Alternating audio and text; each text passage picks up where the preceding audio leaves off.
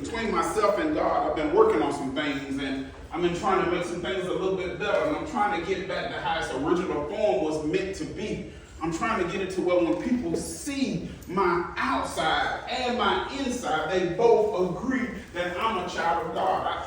I'm just trying to be better, but in trying to relay that to other people that don't know God, I was like, so how do I connect somebody to a God that they don't know? How do I restore you to something that you don't ever remember being? How can I get you to a place that you can't remember ever being in to start with?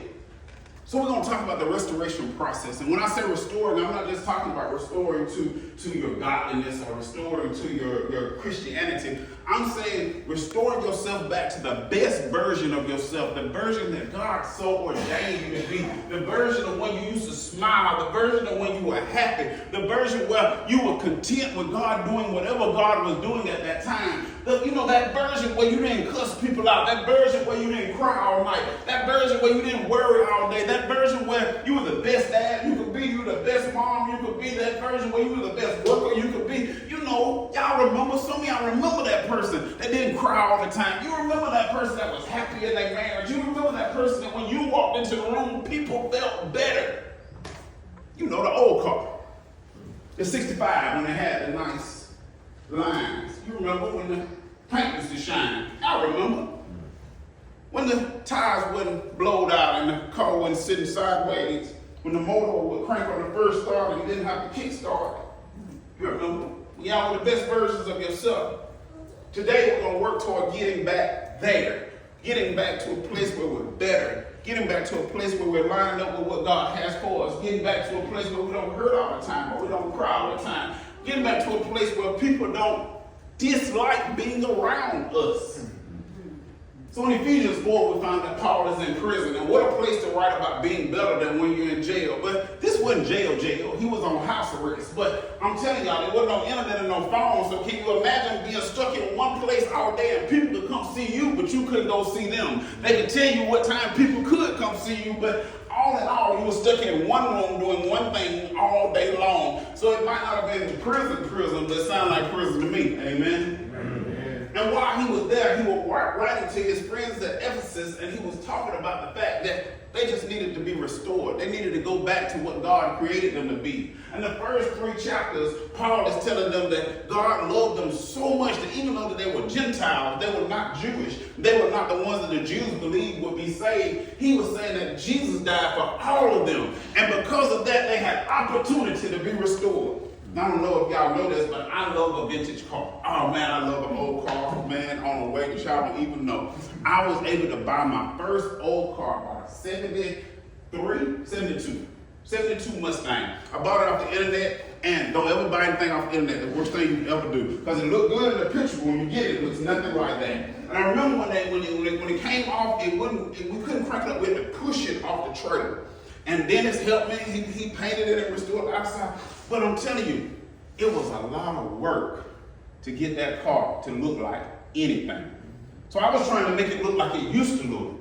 But if you're not willing to put in a whole lot of work, the restoration process can be quite expensive. It can be quite time consuming. And if you don't do things right, you can put all this time in and what you get doesn't look or feel much better than what you had.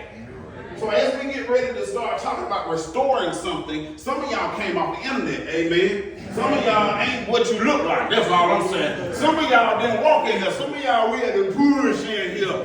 And I don't know if I want to put the energy in that it takes from my time of restoring myself to help you restore yourself if you're not all in. You know what I'm saying? So people come out here to the worship center, they think that I'm supposed to be the full paint and body man. But I say, nah, I'm going to tell you how to restore it, but I want you to put in the actual manpower that restores it, because I found that if you don't put your own hands on the car and do some things yourself, you don't feel the same way as if somebody else did it. So if you came out here waiting on me to lay some kind of healing hand on you or pray some special prayer that's going to make you feel better, you came to the wrong place. Paul starts out by he's saying, you were taught. Now you can say what you want. I don't care what kind of family you came from. I don't care what your mom and daddy did or did not do. You were taught right and wrong. So at some point you knew what the best version of yourself was. You say, well, my mom and dad wasn't about nothing. Well, they taught you what not to do. Amen. So somewhere down the line, you knew what not to do. So in a minute when it starts taking off stuff, I need to know, why am I taking this stuff off? And what am I taking off? See, when people preach the sermon, they make it feel as if everybody in the crowd know what we doing. And y'all get the amen, so the preacher think he doing his thing, and y'all sweating and hollering, but in reality, y'all just hungry and ready for him to be done. It said you were taught about the former you. So when you're looking at this car, there's some things on the car that makes it old and ugly. There's some things that makes it unappealing. And before we can start restoring something, we must recognize what those things are. What is it about this car that makes it look old and not like it used to be? Well, I'm going to say there's some parts on it that have rusted out. The body ain't what it used to be. It's rusted out. And they use the word corrupted up there, but I'm going to use the word rusted because everybody don't understand what corrupted means. See, corrupted means that you've allowed something to get in that has messed up everything. I'm going to say it again. You have allowed something or someone to get in that has messed up everything. And because we've allowed them to get in, the body ain't what it used to be. And there's some rust that has formed on your vehicle. There's some rust that has restored, that has come upon your body that needs to be restored in some way. Now, I want to make sure that I'm real plain in how I say this next part. So if you have some rust, you need to first recognize that there's something on this car that needs to be removed because it makes it unappealing. I'm going to say, y'all, some of y'all got some folks in your life that have corrupted you, that have rusted out the body. Y'all have some people that have you doing and saying things that you know your mom and daddy wouldn't be proud of, that you know God is not pleased with. Y'all, it's hard to restore when you still got the rust on the body. You looking at it, you see that it ain't no good and it's making it not as strong as it used to be, but some of y'all can't get rid of the things that are corrupting your life. So I'm going to make it even plainer. Some of y'all got some friends, how I know. The way you know is how they call you at night. Hey girl, how you doing? You doing all right? Child, you heard what happened last night? That little boy got shot. Yeah, he got shot.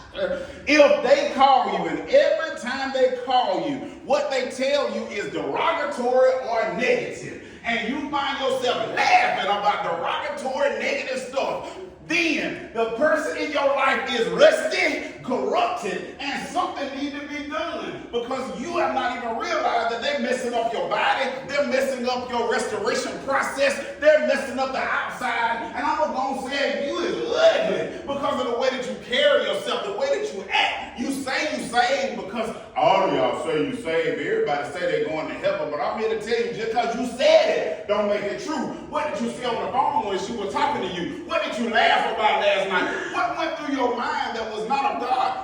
What is it that makes people say that he not as saved as they say they are? I'm just saying that it's some rust on you that has corrupted the outside. And it also goes on to say that some of y'all got a bad paint job. It said that you got some bad desires that we need to work on. A couple weeks ago, I was talking about, and my wife said, you can't be talking about pornography. And that's what the devil wants us to believe. So he don't want me to talk about the bad stuff. Now, even though you're the one watching it, because I'm here to tell you, wouldn't be as many sites as there are, it wasn't nobody watching it. They said, well, you can't be talking about gambling because you know gambling is bad. The Indians done paid off the whole building with the church's money.